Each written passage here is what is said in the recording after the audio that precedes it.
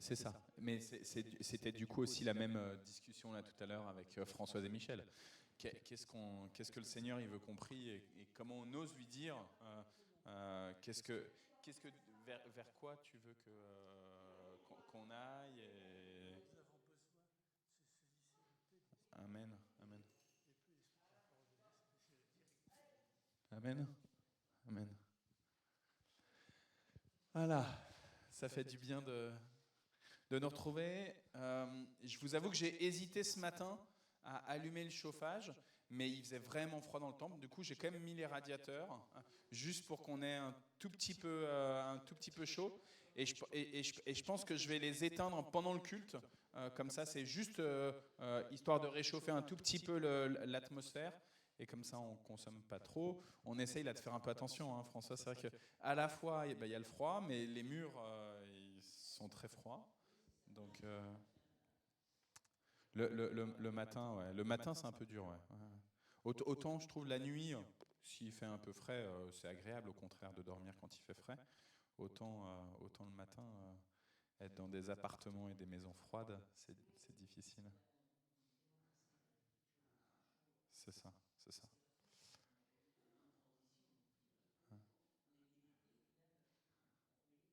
C'est ça, c'est ça. Et en même temps, on se réjouit d'être enfin dans la saison de l'automne. Donc, on a des sentiments qui sont un peu contradictoires. Notre sœur Dana n'est pas là. J'ai failli lui faire un message hier en lui disant « On pense bien à toi, peut-être que ça y est, la petite est arrivée, etc. » Et après, je me suis dit, si je lui fais un message hier, elle va se dire, oh non, Arnaud, il veut que je vienne jouer, machin. Donc, je me suis dit, je la laisse tranquille et on verra. Je voulais pas faire du harcèlement de, on a besoin de toi, on a besoin de toi, on a besoin de toi. Déjà dimanche, je lui ai demandé de faire l'animatrice. Mais ça a été. Le Seigneur lui a donné la force pour le faire. Et voilà. Mais voilà. Je vous propose qu'on prie.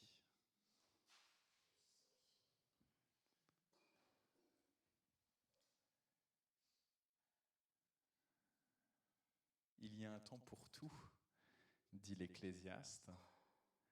Seigneur, on te bénit pour le jour et la nuit. On te bénit pour l'obscurité et la lumière qui luit dans l'obscurité. On te rend grâce, Seigneur, de ce que ce matin, tu nous as amenés ici dans ce temple pour vivre un moment de communion fraternelle, entre frères et sœurs donc, mais aussi de communion avec toi, en tant que Père et nous tes enfants. Oui, nous sommes dans la joie, Seigneur, pas uniquement quand on nous dit « allons à la maison de l'Éternel », comme dit les psaumes des degrés, les psaumes des montées vers Jérusalem. Nous sommes dans la joie de nous retrouver en présence de notre Père. Béni sois-tu, Seigneur. Béni sois-tu pour ton amour, béni sois-tu pour tes révélations continues dans nos vies et dans les vies de nos frères et sœurs. Seigneur, c'est souvent qu'on a du mal à discerner dans nos propres existences ta main, ton action. Alors nous te bénissons d'avoir mis des frères et des sœurs qui nous disent, eux, ce qu'ils vivent. Et qui nous disent, eux, ce que nous vivons. Béni sois-tu, Seigneur, pour les paroles que nous nous offrons les uns les autres pour nous encourager à regarder vers toi et à voir combien tes œuvres sont merveilleuses. Que ton nom soit exalté ici à Mantes-la-Jolie. Que ton royaume s'étende et que plus de monde encore puisse percevoir, puisse distinguer combien oui, tu ne nous lâches pas. Loué sois-tu, Seigneur. Amen. Salut Caroline aussi. Une journée où tu ne travailles pas, c'est bien, tu es avec nous, c'est une bénédiction. Du coup, maintenant, j'ai l'impression que c'est un jeudi sur deux où tu ne travailles pas, non? C'était il y a 2 semaines que tu étais là.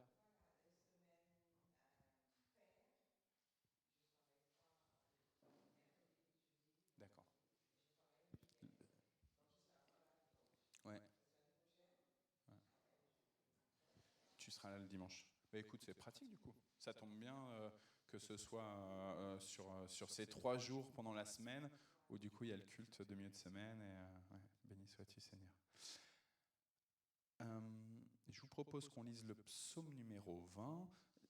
Il y a 2 semaines et la semaine dernière, donc l'idée c'était de travailler sur la notion d'être debout.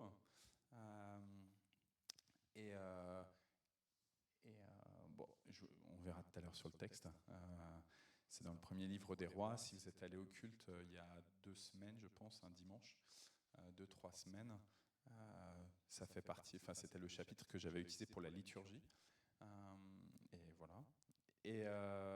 Mais là, on va prendre le psaume numéro 20 d'abord, et puis ensuite on va faire la louange avec des frères et des sœurs qui ont enregistré la louange pendant je pense qu'il faut qu'on réenregistre des chants. Parce que quand on voit le petit Simon qui est tout bébé et maintenant qui cavale, on se dit wow, en même temps ça nous rappelle que le temps passe vite.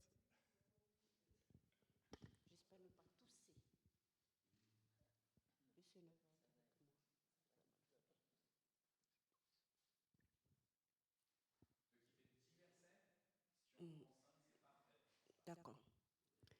Alors, psaume de David, pris dans le livre du chef de chorale.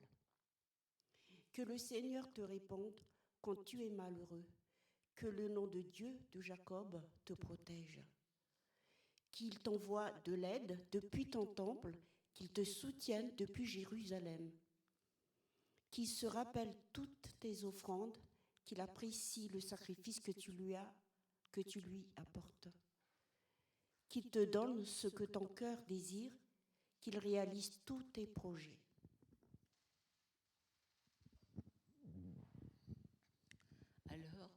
Alors nous crierons de joie pour ta victoire. Nous lèverons le drapeau en l'honneur de notre Dieu, que le Seigneur réalise toutes tes demandes. Maintenant, je le sais, le Seigneur sauve le roi qu'il a choisi. Il lui répond depuis son temple du ciel. Sa main puissante fait des exploits pour le sauver. Certains comptent sur les chars de guerre, d'autres comptent sur leurs chevaux. Notre force à nous, c'est de faire appel au Seigneur notre Dieu. Eux, ils deviennent faibles, puis ils tombent. Nous, debout, nous résistons. Seigneur, sauve le roi, qu'il nous réponde quand nous l'appelons.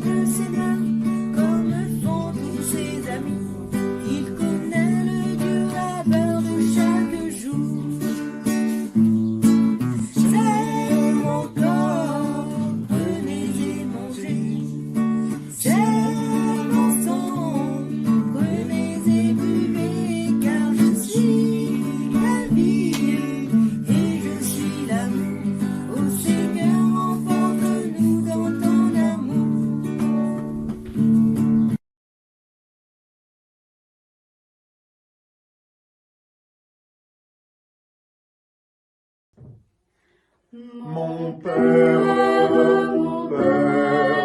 je m'abandonne à toi. Fais-de-moi ce qui te plaira. Quoi que tu fasses, je te remercie. Je suis prêt à tout, j'accepte tout, car tu es mon Père. Je m'abandonne à toi, car tu es mon Père. Je me confie en toi, car tu es mon Père. Je m'abandonne à toi, car tu es mon Père. Je me confie en toi. Mon Père, en toi je me confie. En tes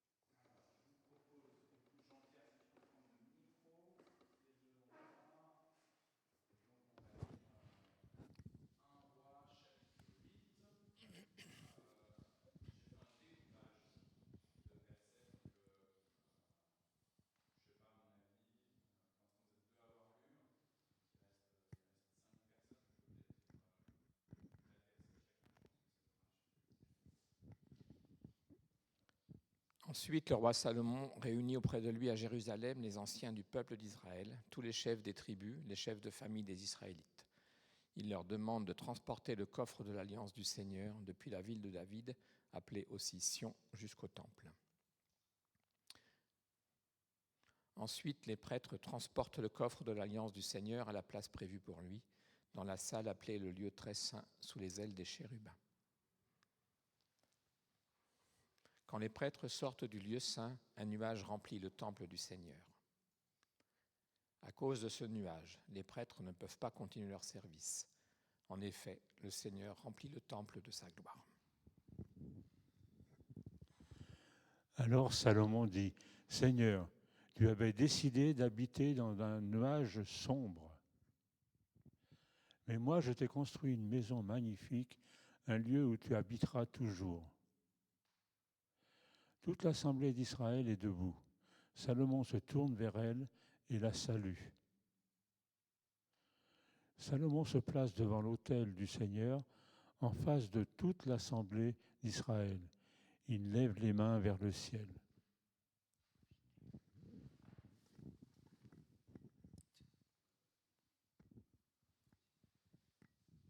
Il prie ainsi. Seigneur, Dieu d'Israël, il n'y a pas de Dieu comme toi, ni en haut dans le ciel, ni en bas sur la terre. Tu gardes fidèlement ton alliance avec tes serviteurs quand ils t'obéissent de tout leur cœur.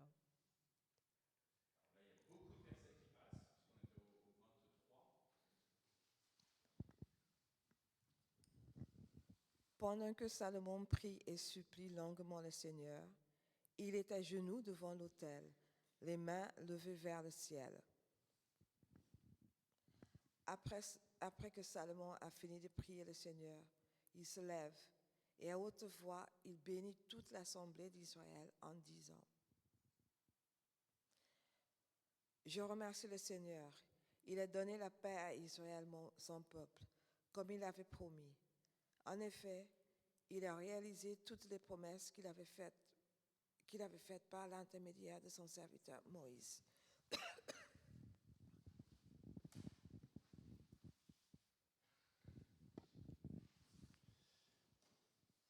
Qu'Adonai, notre Dieu, soit avec nous comme il a été avec nos ancêtres. Qu'il ne nous abandonne ni ne s'éloigne de nous. Ainsi, il inclinera nos cœurs vers lui pour que nous vivions selon ses voies et que nous obéissions les mitzvot, lois et ordonnances auxquelles il a ordonné à nos pères d'obéir. Que ces paroles que j'ai prononcées dans ma supplication à Adonai demeurent en présence d'Adonai, notre Dieu, jour et nuit, afin qu'il soutienne la cause de son serviteur et la cause de son peuple, Israël, jour après jour.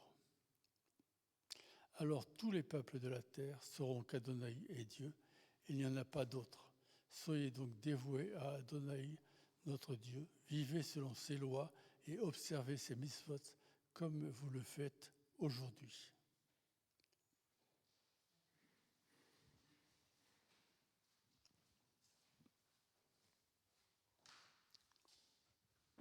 Merci beaucoup Alain. Alors, j'ai essayé de monter le volume, j'espère que là ça va aussi aller quand c'est moi qui parle. Vous, quand vous avez lu, ceux qui étaient sur Facebook nous ont dit que c'était parfait, que vous aviez un bon volume et une bonne diction. Mais quand c'était moi qui a parlé tout au début, apparemment c'était pas très audible. Donc j'espère que ça va aller. Voilà, donc on était sur la thématique de Debout l'Église, le réveil sonne, qui était la thématique pour le forum des attestants de samedi dernier. On avait vu il y a 15 jours, quand Jésus il dit à la fille de Jairus, cette parole, tu te souviens, Anta ? Est-ce que quelqu'un vient de se... Je te retaquine. Ouais, Talita Kumi. Et donc, il permet à ce que la jeune fille soit ressuscitée comme ça. Il la réveille, il la remet debout. Jeune fille, lève-toi. Jeune fille, mets-toi debout. Donc ça, c'était la parole de Jésus qui nous dit, hop, alors que tout dans le monde, tout est mort, est mortifère, tout vient obscurcir nos espérances, et ben, Jésus, il vient et il donne une parole pour te relever et pour que tu sois lumière pour toutes les nations. Notre tendance, c'est de nous affaisser. Notre tendance, c'est de nous remettre à plat, par terre, de ne pas vouloir sortir, de rester dans son lit.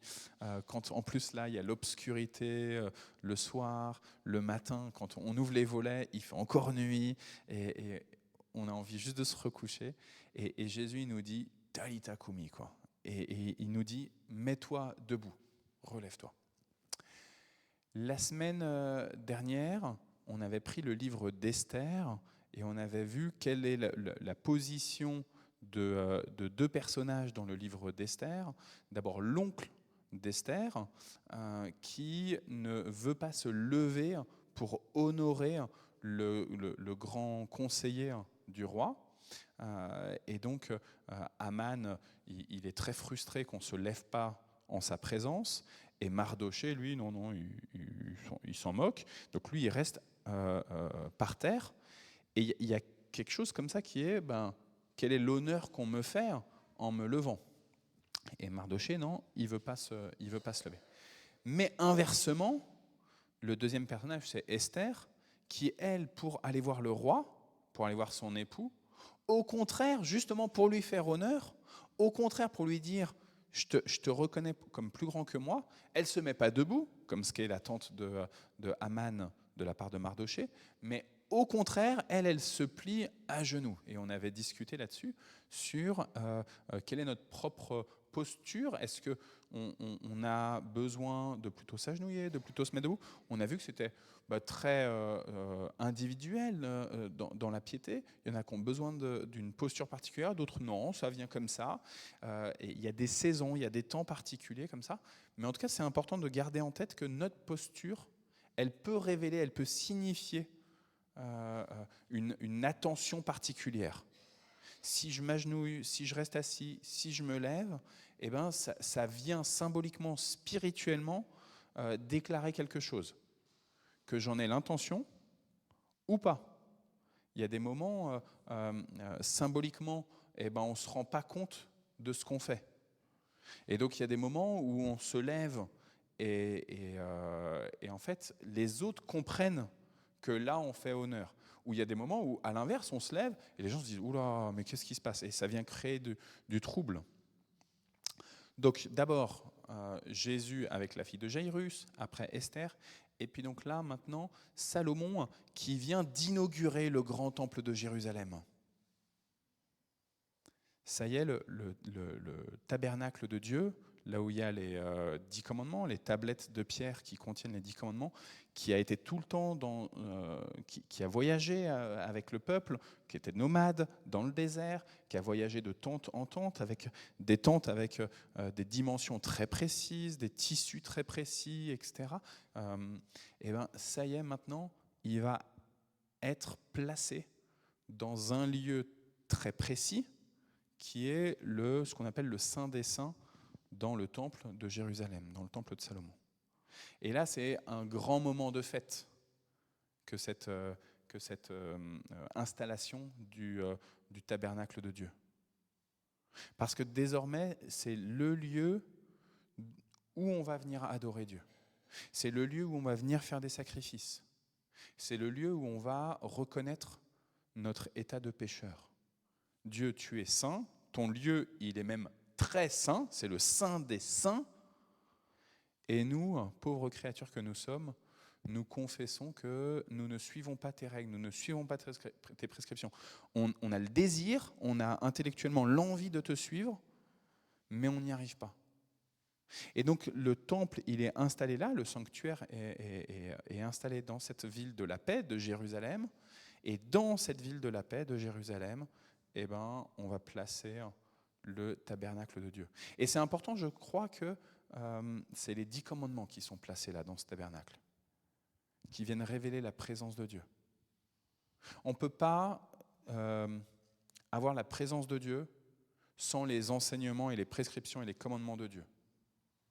Je ne peux pas dire j'aime beaucoup Michel, j'aime beaucoup Françoise et me moquer complètement de ce qu'ils peuvent dire tous les deux. Je peux pas dire j'aime beaucoup Jean-Pierre et j'ai envie de faire des trucs avec Jean-Pierre, mais tout ce qu'il raconte, c'est que baliverne, baliverne. Et là, évidemment qu'on rigole en disant c'est abusé, Arnaud. Mais en fait, avec Dieu, c'est souvent ce qu'on fait.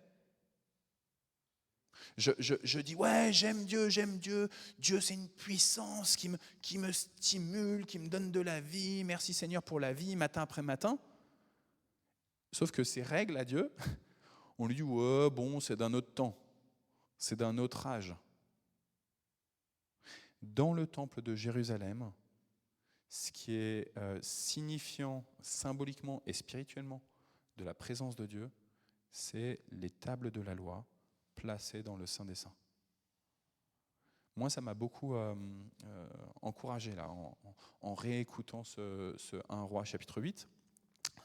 Je vous ai dit, c'est le texte que j'ai utilisé pour la liturgie il y a 2-3 semaines. C'était quand la pasteure Caroline Foot de Créteil est venue. C'était le texte que le Seigneur m'avait inspiré pour l'ensemble de la liturgie. Et puis, quand j'ai réfléchi ensuite pour aujourd'hui, c'était le texte qui me paraissait évident. Parce que dans ce texte-là, on parle des 10 commandements qui sont dans le lieu très saint, mais on parle aussi donc de comment est-ce que le roi Salomon se positionne. Les prêtres arrivent dans le temple, ils viennent déposer le tabernacle, et désormais il y a comme une fumée, une nuée, un brouillard qui empêche que désormais on rentre dans ce Saint des Saints. Et une fois par an seulement, le grand prêtre rentrera dans le Saint des Saints. Et une fois qu'ils ont déposé, une fois qu'ils sortent et que ça remplit la pièce, cette présence de Dieu, elle remplit la pièce, et Salomon, il s'agenouille et il prie Dieu. Et je dirais, c'est un moment de fête. Et dans un moment de fête, on n'a pas envie juste d'être dans de la repentance. On n'a pas envie de dire ouais, je suis un gros caca, je suis nul, je suis un bouseux, j'arrive à rien, machin. Au contraire, on a envie d'être exalté, on a envie de dire ouais, le Seigneur, il est vainqueur, alléluia, ça y est. Et Salomon, il a cette espèce de double discours. D'un côté, il dit Dieu avait promis à mon père David, il avait promis à nos ancêtres qu'il établirait sa demeure et que la voici. Et donc, il a une action de grâce. Et en même temps, Salomon, il reconnaît toutes les failles de son peuple. Et donc ses propres failles aussi. Il s'associe complètement. Je pense que c'est un bon enseignement pour nous sur comment est-ce que, par exemple, on célèbre nos anniversaires. Alain, tu avais ton anniversaire mardi, c'est ça, c'était mardi ton anniversaire. On a envie de dire merci Seigneur. Merci pour la nouvelle année que tu me prêtes. Merci pour les X années que j'ai déjà vécues. Et comment, dans le même temps, on ose dire, Seigneur, je te demande aussi pardon. Parce que plus j'ai de l'âge, et plus je remarque combien je suis pécheur. Plus j'ai d'âge, plus je remarque que s'il y avait une femme prise en flagrant délit d'adultère qui serait placée devant ma face, je serais le premier à partir parce que je suis tellement pécheur.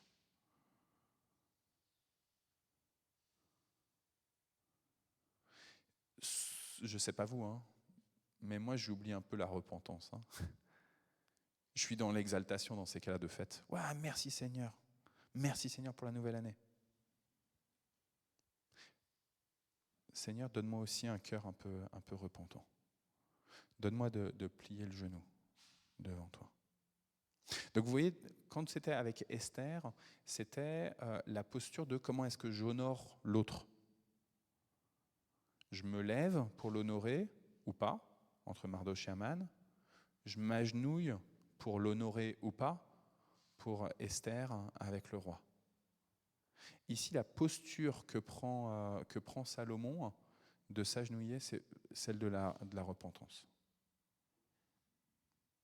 alors que Jésus, il nous met debout comme des ressuscités, quelques siècles auparavant, et je pense qu'on est appelé à le faire encore aujourd'hui, on doit apprendre aussi à courber l'échine, pas pour notre culpabilité, pas pour nous flageller, mais juste pour être dans la vérité avec Dieu. Dieu, il est lumière et il attend juste qu'on soit, et il est lumière, il est vérité, et il attend juste qu'on ne cherche pas à cacher dans la poche ou sous le tapis toutes nos failles. C'est pas tout. Une fois qu'il a plié le genou, une fois qu'il a à la fois rendu grâce et qu'il a exprimé la repentance du peuple, et ben Salomon, il se lève et il bénit le peuple. Ça, c'est la fin, le long passage de la fin. Et c'est intéressant parce que là, la question de la bénédiction, je pense, c'est la question de quelle est l'autorité qui m'est accordée. Là, c'est le roi Salomon. Il n'est pas le prêtre. Il n'est pas le grand prêtre. Il n'avait pas le droit, il n'était pas autorisé de toucher le tabernacle de Dieu. Il n'était pas autorisé de pénétrer dans le Saint des Saints. Ça, c'est le rôle des religieux, c'est le rôle des prêtres, des grands prêtres.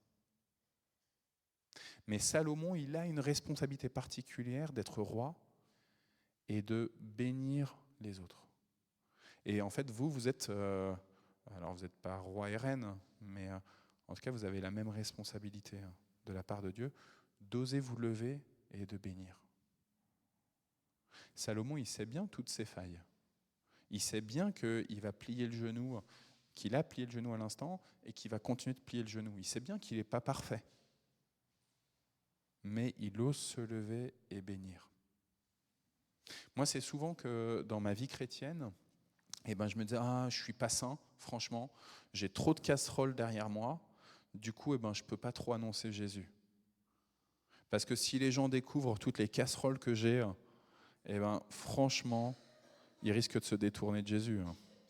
Ils risquent de me dire, c'est quoi ta parole pourrie là ? Tu parles et tu agis pas comme il faut. Mais il vous donne cette autorité de vous lever et de bénir. Il y a quelques années de ça, j'aimais bien prendre les enfants à la fin du culte et qu'ensemble avec les enfants, on donne la bénédiction sur l'assemblée. Et en fait, c'était dans mon ancienne église, et en fait, il y a des gens qui appréciaient ça, qui disaient « laissez venir à moi les enfants et ne les empêchez pas de bénir ». Mais il y en a d'autres qui me disaient « attention, est-ce que les enfants ils sont bien conscients de ce qu'ils font ? Est-ce que ce n'est pas juste un jeu ?» Et puis il y en a d'autres, ils étaient même choqués que des enfants puissent les bénir, parce que c'est aux anciens de bénir les plus jeunes. C'est aux gens qui ont acquis de l'expérience, qui ont une foi forte, qui peuvent bénir les autres. Dieu, il vous donne à vous autorité pour bénir en son nom. Et bénir, c'est pas juste en tas que le Seigneur te bénisse et te garde. C'est pas juste le propos un peu général. C'est que les projets de Dieu pour toi se réalisent. C'est ce que dit Salomon. Donc ça veut dire d'abord, je rebondis sur la prédication de dimanche dernier, si vous l'avez entendu, être à l'écoute de l'autre. Donc manger avec l'autre, prendre du temps avec l'autre. Et grâce à ça, je connais les projets de l'autre. Et je peux dire, voilà, je connais tes projets et je te bénis pour ces projets-là. Que le Seigneur tourne sa face vers toi pour ces projets très précis, très particuliers. Et puis, en même temps, cette parole je donne avec autorité, je la donne face à Dieu. Donc, je ne vais pas juste dire une bénédiction pour faire plaisir à l'autre. Je suis appelé à bénir, mais en gardant en tête que le Saint des Saints, c'est le Seigneur, et qu'il a ses prescriptions et ses commandements. Donc, je ne suis pas appelé à bénir. Moi, je pense que c'est une erreur de la part de frères et sœurs des églises orthodoxes de bénir des armes. Parce que je pense pas que Dieu il demande cette violence-là. Bénir, c'est ce à quoi vous êtes vraiment appelés. Accepter tout et n'importe quoi, non, ça c'est pas ce à quoi vous êtes appelés. Et pour ça, il faut se tenir debout. Il faut oser prendre à bras le corps cette responsabilité, cette mission. Donc s'agenouiller, reconnaître que je ne suis pas parfait, reconnaître que l'autre qui est à côté de moi, il n'est pas parfait, le mettre devant Dieu, et puis terminer en disant je te bénis. Pour ceux qui ont suivi le séminaire Libéré, le séminaire Libéré, il encourage pour ensuite passer à des entretiens individuels. Il nous aide à avoir une formation spirituelle et puis à tester en fait, à avoir des entretiens individuels. Individuels, en fait, le principe c'est d'avoir des trinômes, d'avoir 2 personnes qui prennent soin d'une troisième qui est en situation de demande, de prière, de guérison, de libération. Et ça commence, la manière de faire, elle est toujours la même. On écoute la personne, tout en essayant d'écouter l'Esprit Saint. C'est pour ça que c'est un binôme qui reçoit. On écoute la personne et on écoute l'Esprit Saint sur ce qu'il veut dire. Donc d'abord, un temps d'écoute. On prend le temps d'écouter. Après, on permet à l'autre de prier, et notamment de prier dans la repentance. C'est dur, hein, parce que quand il y a des gens qui viennent et qui disent il y a tout qui me tombe dessus, j'ai ça, et j'ai ça, et j'ai ça, et j'ai ça, et on voit tout s'accumule, et on n'a pas envie de dire à la personne repens-toi, quoi. Parce qu'on ne veut pas la charger encore plus. Et donc il faut le faire avec beaucoup de délicatesse, mais amener la personne à voir là où elle a été liée, où elle s'est liée, là où soit elle a été liée par d'autres, soit là où elle s'est liée elle-même à quelque chose qui n'est pas de Dieu. Et puis une fois qu'il y a eu le temps de repentance, un temps où on est délié, où on affirme d'être délié, où on reprend autorité, et bien ensuite il y a une bénédiction qui est donnée. Le Seigneur maintenant, lui, il te protège. C'est assez facile en fait quand je le dis comme ça. C'est plus difficile à vivre quand on est dans l'entretien pastoral au sens de on est tous appelés à être des pasteurs. Se lever, oser se lever dans ce monde où tout nous appelle à nous courber, à nous baisser. J'étais plusieurs fois sur Paris là, ces derniers jours, et hop, on est tous comme ça, sur nos téléphones, tout baissé. On a la nuque, je pense qu'on va avoir des problèmes de nuque dans les années à venir, parce qu'on est tous comme ça, et je pense que l'être humain, si on n'a pas des nouveaux appareils, peut-être ça sera les lunettes qui feront téléphone, et donc on pourra rester droit, mais sinon on va avoir des problèmes de nuque, ça va être compliqué. Voilà ce que j'avais juste à dire là sur 1 Roi 8.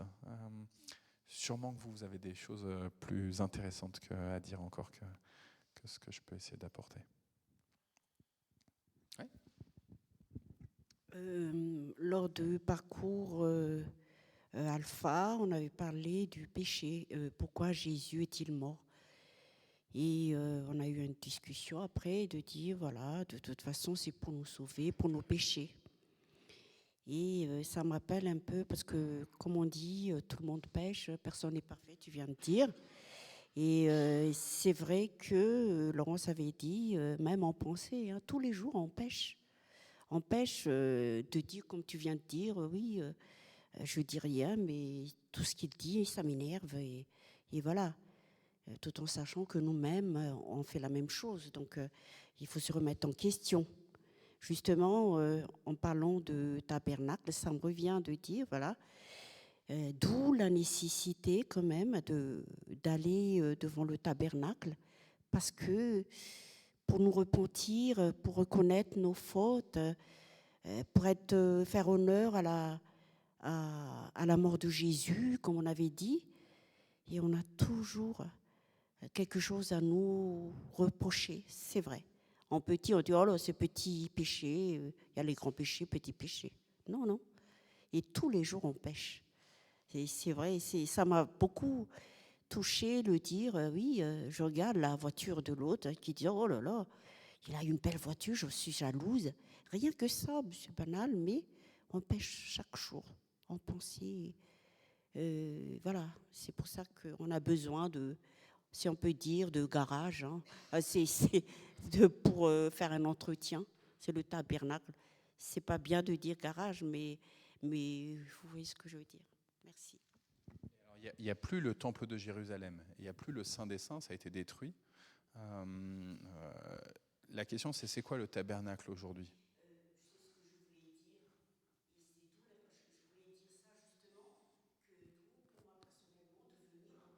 Ouais.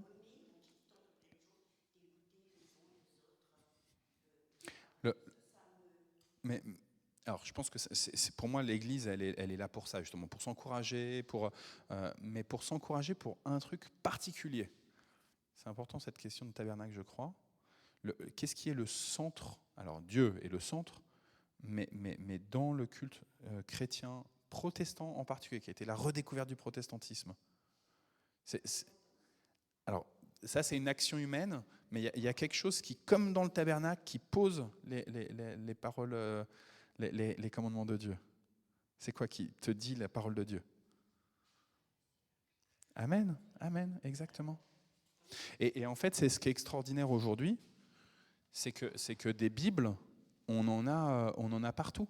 Justement, sur nos téléphones, on en a, c'est facilement accessible. Mais est-ce que je prends la Bible comme le tabernacle de Dieu ?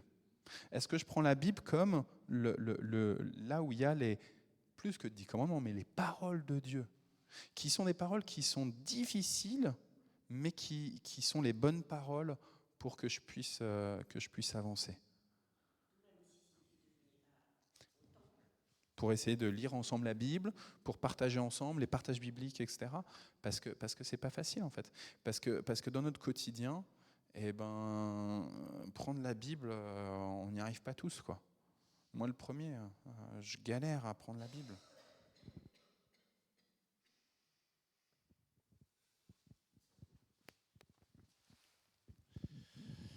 Il y a un texte qui m'a vraiment aidé, bien souvent. C'est 1 Jean, chapitre 1, où l'apôtre dit « Il n'y a personne qui ne pêche pas ».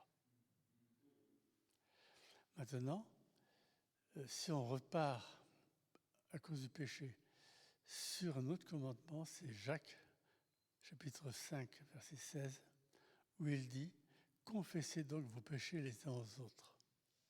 Mais il y a un autre texte qui est intéressant et utile dans ce cas-là, c'est quand Jésus dit « Là où 2 ou 3 sont assemblés en mon nom, je suis au milieu d'eux ».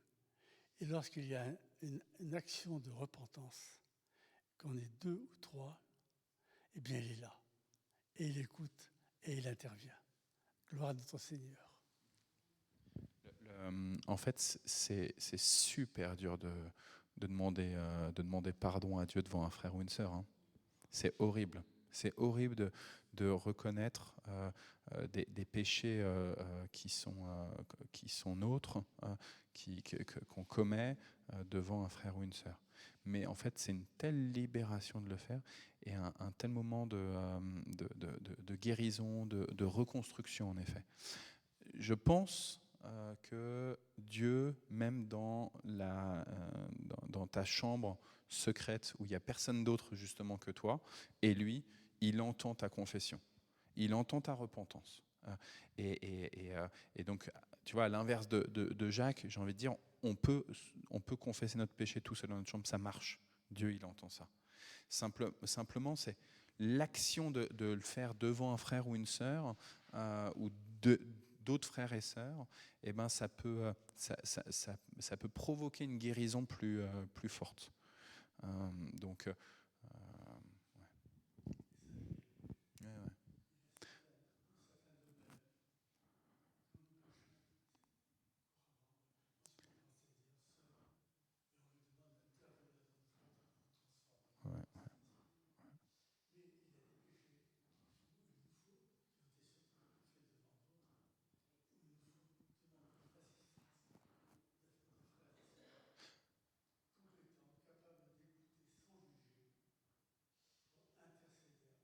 Ouais, ouais. Et, et surtout des personnes qui sont... En fait, tu vois, toute la difficulté, c'est que quand on se met à nu, en situation de vulnérabilité, euh, euh, il ne faut pas que les gens condamnent, évidemment. Enfin, ils ne sont pas là pour ça, ce n'est pas leur job. Mais ils ne sont pas là pour nous rappeler sans cesse notre péché. Et je crois aussi, tu vois, que les intercesseurs, ils doivent apprendre aussi à oublier. Une fois que tu as mis devant Dieu, de lâcher.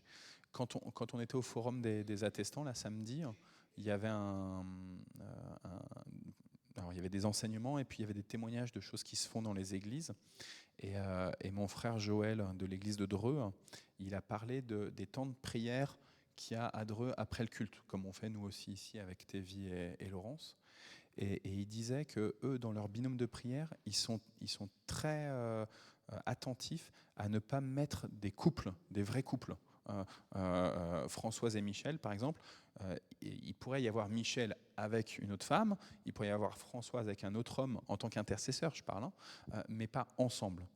Pour quelle raison, disait mon frère Joël, c'est parce que la difficulté, c'est que si je me dévoile devant Michel et Françoise, et ben eux deux, en fait, ensuite, quand ils vont prendre leur voiture, quand ils vont être chez eux, ils vont justement continuer de prier là-dessus, mais l'un avec l'autre, et finalement, ils vont pas oublier.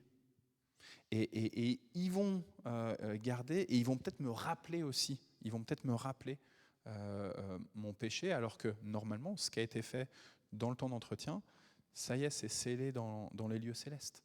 Et donc, on n'est pas obligé de revenir dessus. C'est posé devant le Seigneur. Je mets juste aussi un point sur ce que tu dis sur les types de péchés. En fait, si ton frère, tu le blesses, t'as beau aller dans ta chambre secrète et dire Seigneur, je te demande pardon parce que j'ai blessé mon frère, Jésus, il attend que tu ailles voir ton frère et que tu ailles lui dire écoute, j'ai vraiment été un boulet, quoi. Et comment est-ce qu'on entend aussi quand notre frère nous dit, notre frère, notre sœur nous dit eh ben là, tu m'as blessé. Là, tu m'as blessé. Comment est-ce qu'on ose dire ok, je te demande pardon. Je te demande pardon de t'avoir blessé. Je m'en suis pas rendu compte ou j'ai pas osé te demander pardon avant. C'est pas grave. En fait, on peut demander pardon 20 ans après. Hein. On a le droit de demander pardon 20 ans après. Je vais prendre le micro. Je rappelle le Proverbe 17, 9. Celui qui couvre une faute cherche l'amour et celui qui la rappelle dans ses discours divise les êtres. Donc Proverbe 17, verset 9. Proverbe 17, verset 9. Notamment pour les frères et sœurs qui sont connectés, comme ça vous pourrez garder Proverbe 17, 9. Nicole, Patrick, on vous embrasse fort. Est-ce qu'il y a autre chose que...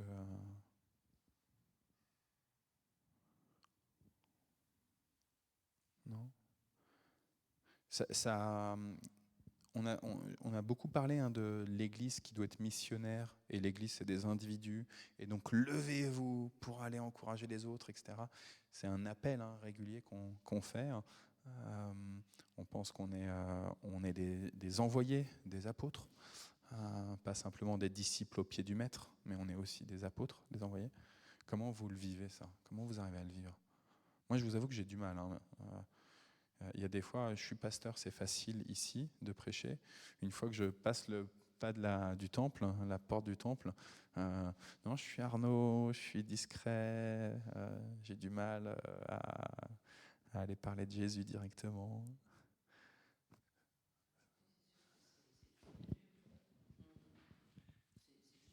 C'est toujours un peu dur, parce que, enfin bon, puis ça dépend peut-être des caractères, mais si... Moi, je vois, et bon, si j'ai pas de relation, enfin par un voisin, des fois, on n'arrive même pas tout de suite à parler du Seigneur. Alors des fois, il peut y avoir aussi une circonstance que le Seigneur te donne et que tu sens qu'il y a une parole à dire et que ça peut, enfin voilà, faut pas chercher. Ouais, c'est très difficile parce que je pense qu'il faut pas chercher à parler, il faut surtout penser ce que l'autre à côté, comment, enfin, que le Seigneur nous guide, parce qu'on peut pas savoir comment qui va réagir. Et on risque de le lasser, on risque d'être... c'est ça qui est difficile, quoi, de trouver le moment. Alors c'est différent, c'est sûr d'aller dans la rue, Souvent, c'est d'aller c'est par des petits versets ou des choses comme ça. On donne, c'est toujours très très difficile, je trouve, d'aller. Oui, c'est difficile. Je pense que ce que tu dis sur la question du tempérament, du caractère de chacun, on a des profils différents et il y en a qui sont plus à l'aise pour ci, pour ça. Et en même temps, on est tous appelés à aller bénir le peuple. Mais alors du coup, la question c'est ça, c'est quel est le peuple que je dois bénir? Oui, pour moi, personnellement, c'est difficile aussi. Et j'apprécie pas vraiment les gens qui m'abordent tout en me disant « Ah, Dieu vous aime », ou « Jésus ». Ça m'énerve. Par contre, il y a des opportunités qui se présentent où on peut même provoquer un peu. Je pense à l'autre jour quand j'ai rencontré ce jeune homme. Vraiment, je n'ai pas parlé de Jésus, mais j'ai dit, bon, je suis chrétien. Donc, c'est pour ça que je suis venue vers toi pour t'aider. Mais bon, honnêtement, je ne pouvais pas lui dire que Dieu vous aime, soyez bénis, alors qu'il était dans la détresse. Il n'a pas de toit, sa femme est gravement malade. Je dis, mais de lui-même, il m'a dit, je suis baptisé, je suis catholique. Donc, on a eu une petite conversation. Mais dans ma tête, je dis, mais qu'est-ce que j'aurais dû dire de plus? Et puis, une autre occasion, souvent au travail, parfois mes collègues me demandent, mais pourquoi tu es si gentil et tout ça? Et puis, je dis, bon, je suis chrétienne, donc j'essaie de vivre ma foi.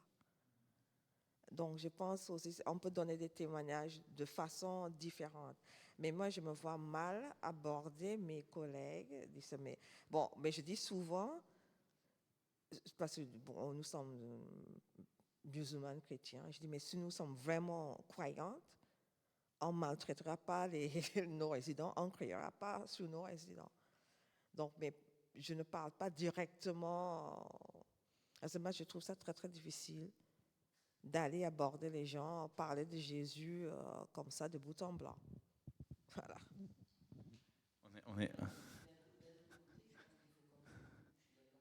Ouais.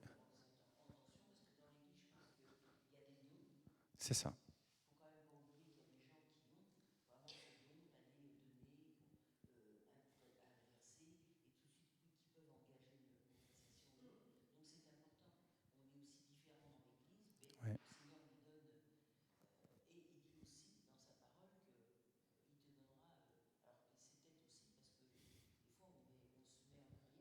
Ouais.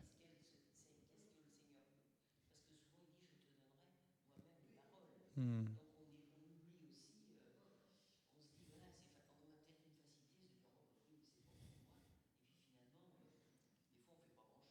C'est ça, c'est ça. Ouais. T'es nul, tu y arriveras pas, de toute façon t'as pas de don, etc. Donc,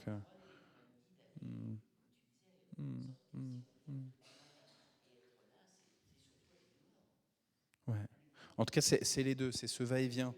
Être chrétien, c'est venir au pied du Seigneur. Et puis, j'ai bien aimé quand Karen, tu as dit vivre ma foi, en fait.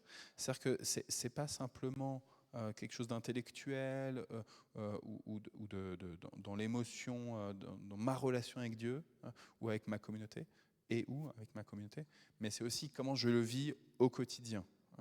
Et, ouais.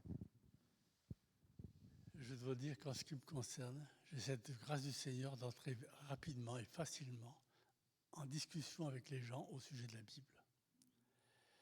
Alors, je vais donner deux exemples. Un jour, nous étions ici au centre-ville, on va chez le marchand de poissons. Et après, je regarde ce qu'il y avait, et je dis, j'aimerais bien une chose, des jambonneaux. Et le poissonnier savait ce que c'était. C'est une variété de coquillage qui vit de moules géantes, qui vit dans la Méditerranée et dont le byssus, c'est-à-dire les filaments qui sortent, servent à faire un tissu qu'on appelle la soie marine. Et j'ai pu lui parler de tout ça comme ça, en partant de la Bible. Et une autre fois, c'était au marchand de Saugelais, là, ici. On arrive, on discute. Nicole, elle parle de mon anniversaire, donc on a eu un petit droit à côté. Et j'ai commencé à parler de mes activités. cuisine, tout. Puis après, je lui ai parlé de la Bible, du travail que le Seigneur me donnait d'étudier l'Écriture et de voir les choses. Mais elle était vivement intéressée. Et je dois dire merci Seigneur. Maintenant, je demande au Seigneur, nous demandons, quand on y pense, il faut bien le dire, au Seigneur de toucher les cœurs de ces gens à qui le témoignage était fourni. Merci beaucoup.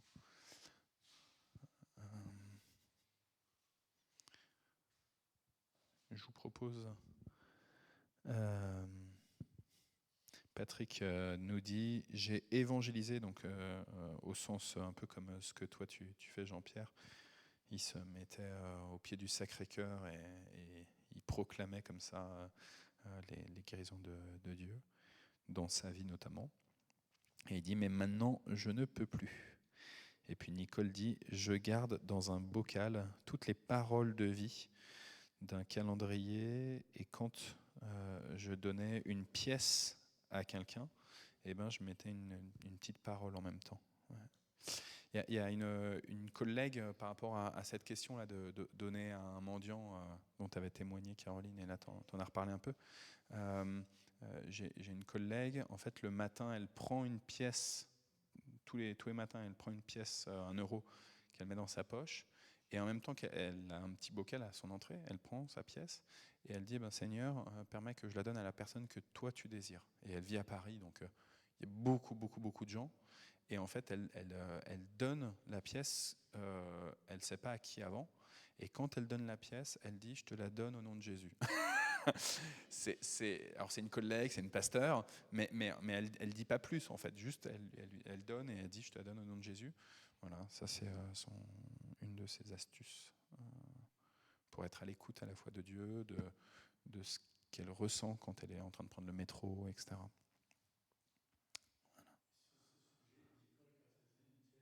Voilà. Ouais, on peut aussi donner un petit prospectus.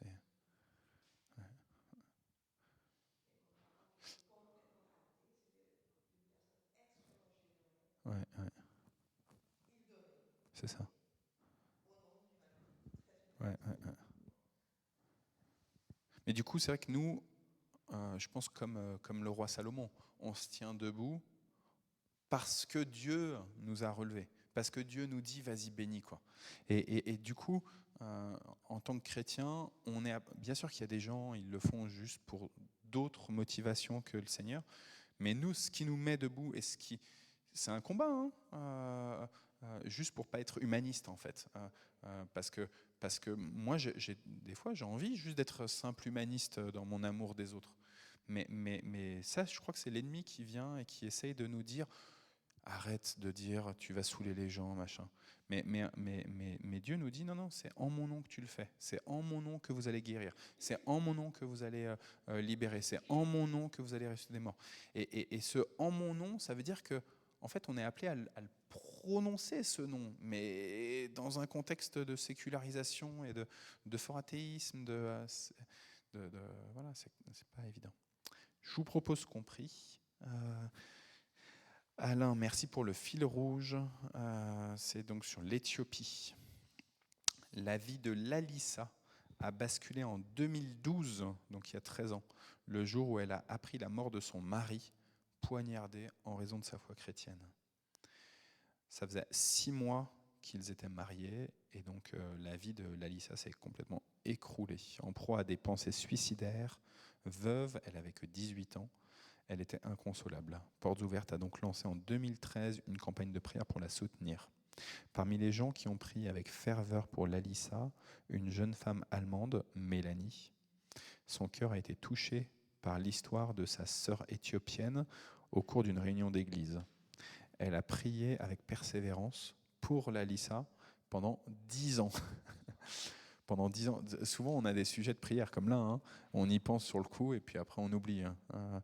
Et là, pendant 10 ans, elle a continué de prier. Et pendant ce temps, les partenaires locaux de Portes Ouvertes ont aidé Lalissa à reprendre ses études afin de pouvoir aller de l'avant. Aujourd'hui, Lalissa est totalement métamorphosée. Ses yeux brillent de nouveau de bonheur. Un large sourire illumine son visage. Dieu a reconstruit sa vie. Il lui a permis de se remarier avec un homme aimant et elle est désormais maman d'un petit garçon. En apprenant que des chrétiens du monde entier priaient pour elle, parfois quotidiennement, Lalissa a été profondément touchée. Je n'avais pas réalisé que tant de gens me connaissaient et priaient pour moi. Cela me rend très heureuse. S'il vous plaît, dites-leur que leurs prières sont entendues et exaucées. Ce fil rouge-là est aussi l'occasion de vous remercier, vous qui vous engagez dans la prière pour vos frères et sœurs persécutés. Soyez encouragés, la prière du juste, même au bout du monde, a une grande efficacité.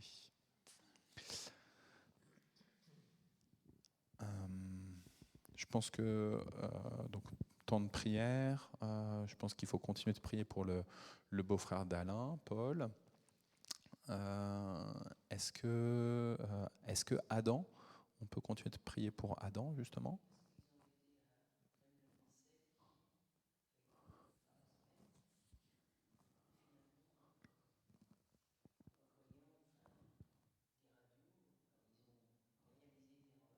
D'accord. Donc quelque chose qu'ils n'avaient jamais vu jusqu'à présent.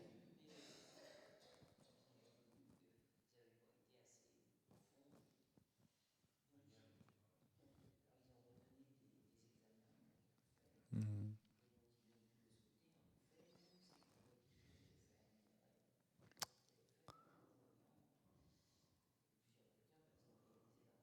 Donc, ok. Donc là, ils vont continuer de chercher là dans le dos, là où il y a ce petit quelque chose. Ok. Ok. Ouais, je pense qu'on peut continuer de prier pour Nikou. Il n'a pas repris l'école encore, ouais. Alors il y a deux choses. Il y a son genou, il a une grande fragilité au niveau du genou depuis 1 an et demi, 2 ans maintenant. Et il s'est blessé une fois et depuis c'est très fragile. Et puis en plus là, il était malade, voilà. Je pense qu'on peut, en parlant des enfants, on peut continuer de prier pour le petit Mathéo. Ça fait longtemps que je n'ai pas évoqué Mathéo. Mathéo, c'est ce garçon dont Noël nous a régulièrement parlé parce qu'il est le fils d'une amie à elle, de Chloé. Et Mathéo, il était venu il y a 1 an ici au temple à l'occasion de la fête qu'on appelle Holy Winds. Donc ici, on fait une petite fête pour les enfants pendant les vacances de la Toussaint. On va refaire ça le 4 novembre. Et Mathéo était venu avec sa sœur, avec ses parents. C'est la seule fois où il est venu à l'église, où on a enfin vu le visage de cet enfant pour qui on priait. Et donc, il a développé une maladie suite au Covid. Et donc, ce petit garçon qui a 12 ans, je pense, 11 ans, je pense qu'il faut continuer de prier pour lui parce que ça avance pas bien pour l'instant. Il a du mal à attraper les choses, ça lui glisse des doigts. Voilà. Est-ce que vous avez des personnes auxquelles vous pensez? Est-ce que vous-même, je pense que Nicole t'es connectée avec nous, donc on prie pour toi toujours. Donc pour les peut-être que vu que Nicole doit faire des dialyses plusieurs fois par semaine, on peut aussi, je pense, prier pour notre frère Frédéric qui était là dimanche dernier, parce que voilà, sa santé c'est toujours comme ça.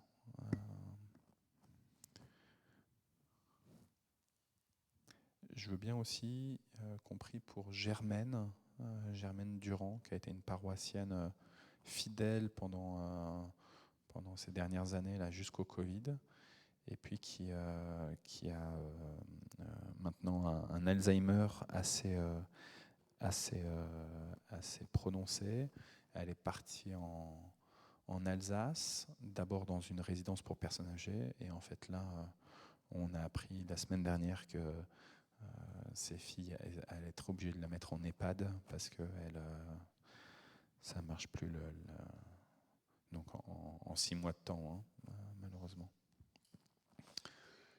Nicole nous dit qu'aujourd'hui c'est jour de dialyse, justement. Nicole Berger. Voilà.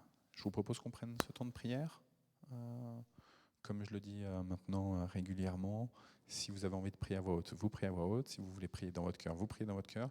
Simplement, si vous priez à voix haute, permettez que les autres aussi puissent élever la voix. Donc, faites pas des prières qui durent pendant 10 minutes.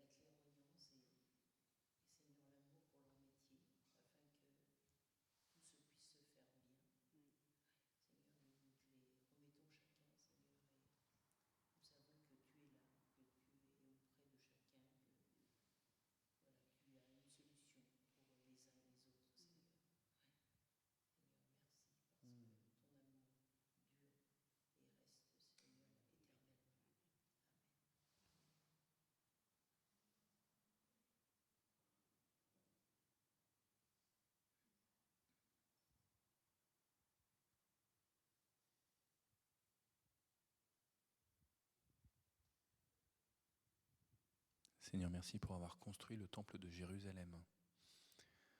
Et merci, même si aujourd'hui il est détruit,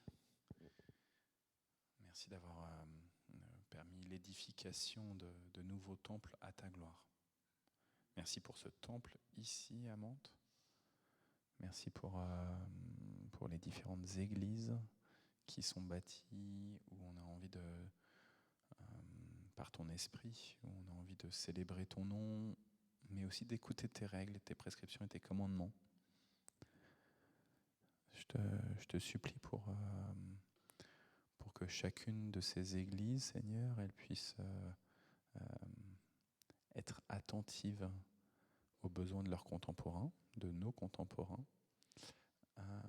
mais aussi attentive à ce que toi tu veux signifier pour tes créatures. Je te demande pardon, Seigneur, pour ton Église quand on est uniquement dans un discours humaniste. Je te demande pardon quand on est dans un discours religieux rigide. Et je te supplie, Seigneur, pour que on puisse bénir de la meilleure des manières ceux qui nous entourent, en rappelant qui tu es, en rappelant ta sainteté, mais en rappelant aussi ton amour, ta miséricorde. Béni sois-tu, Seigneur. Amen.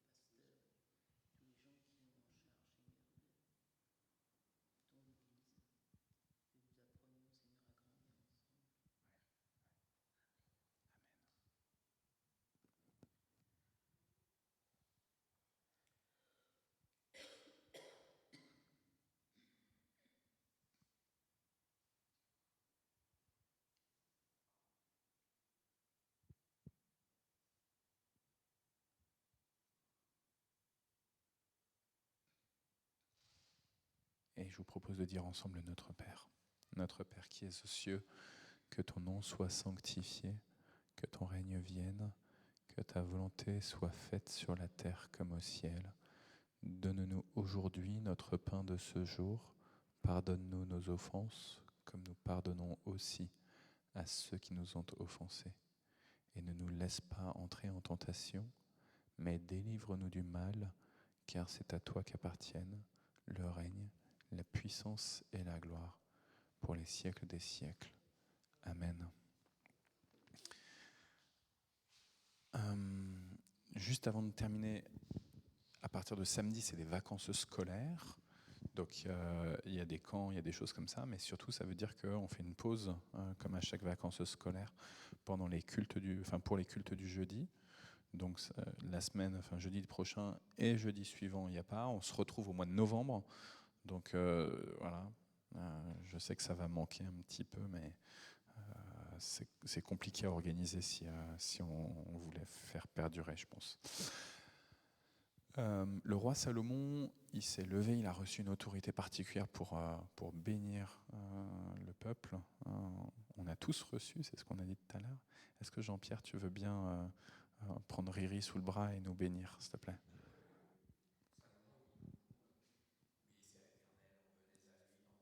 Ouais.